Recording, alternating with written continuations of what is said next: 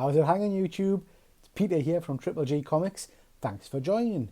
I'm going at you all gangster style tonight from wee bonny Scotland. Is that racist? A little bit racist? Never mind.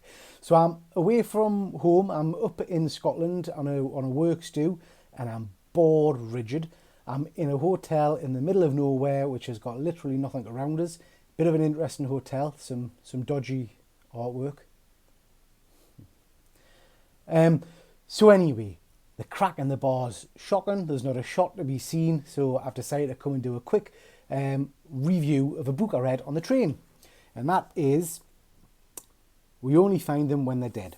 So I knew nothing about this book. I did get a few copies signed by James Tinian. I didn't. He didn't even write the bloody thing. I got a few copies signed by Al Ewan at the convention. Now the problem here is I kind of edit these videos, so if I talk a load of old shite, you're just going to see what my usual stuff is. Never mind. Anyway, so I got a few copies signed by Al Ewan, but I hadn't read it, so I did say I was going to read it, pick it up. Train journey up here from Newcastle was about an hour and a half, so I thought I'd pick up the first volume and see what it's like. So, first thing I say is if you haven't read the book, switch off now because there's some spoilers here. It's mint. It's absolutely mint. It's drawn me in. This trade paperback contains the first 5 volumes. Picked it up in Forbidden Planet and it came with a signed card thing, signed by Al Ewan. Wonder why I got Al Ewan to do it instead of James Tinian. Yeah. So signed by Al Ewan. First 5 issues, and I love it. Absolutely love it. If you haven't read it, or if you're like me, you didn't really know anything about it, it's a real page turner. So I've kept away from any spoilers of it. I didn't know anything about the storyline. I didn't really understand what it meant when it was saying, you know, we only find them when they're dead. So that first issue, or the first chapter of this, was a real shock for me. So like I say, spoilers ahead. Basically what we're talking about here is gods. So it's about salvage teams who fly into space and find the dead bodies of gods floating around in space, and then basically the claim sections of the body, and the ships that they've got have got things like massive laser scalpels and things, so they start slicing chunks out. I'll try and put some images up, but there's some pretty minging, that's a British word, it means puke or horrible or guffin. There's some horrible bits like that one there, where they're slicing open bits of this god's cheek to sell as meat, basically. So it's an interesting story. It totally threw me, totally took us by surprise, but it totally hooked us in. I have to say, I really enjoyed it. The storyline's great. 5 issues have kept us entertained. It ends on a bit of a cliffhanger. I'm not really sure if, and I'll explain why in a minute, but I'm not really sure if I'm reading too much into the last page cliffhanger. If you have read the storyline, let us know.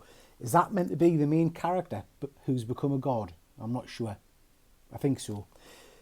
The reason I'm saying I'm not sure is because of the art. So love the story, love some of the artwork. Sometimes it's absolutely stunning. Some of the images of the gods kind of sprawling out in space are absolutely phenomenal. But I have to say there are other times I haven't got a clue what's going on. It's just a wash with colour and yeah. I'm not sure if this style of art is always for me. So you get tremendous images like that. You can't really see it. You know, of a god they've discovered who's just had a throat sliced open dying, which is superb. And then in some of the battle scenes, so at the end of the 5th chapter, where there's a bit of a fight between the good guys and the bad guys, if you can call them that, there's lots of stuff going on, and I just couldn't tell what was happening. So at one point, a ship gets blown up, and then all of a sudden she appears standing next to him and stuff. And I don't know if it's just my old eyes, because I am very old, or if it's just this style of artwork. I'm not sure. Anyway, minor flaw, because the story keeps us going, and I really enjoyed it. So, recommended. I will pick up the next volume. Really enjoyed it. Looking forward to reading it and finding out where that story goes. I also picked up, this is me reading pile for when I'm on this work course. So I've got a fair bit of stuff to read. We've got Department.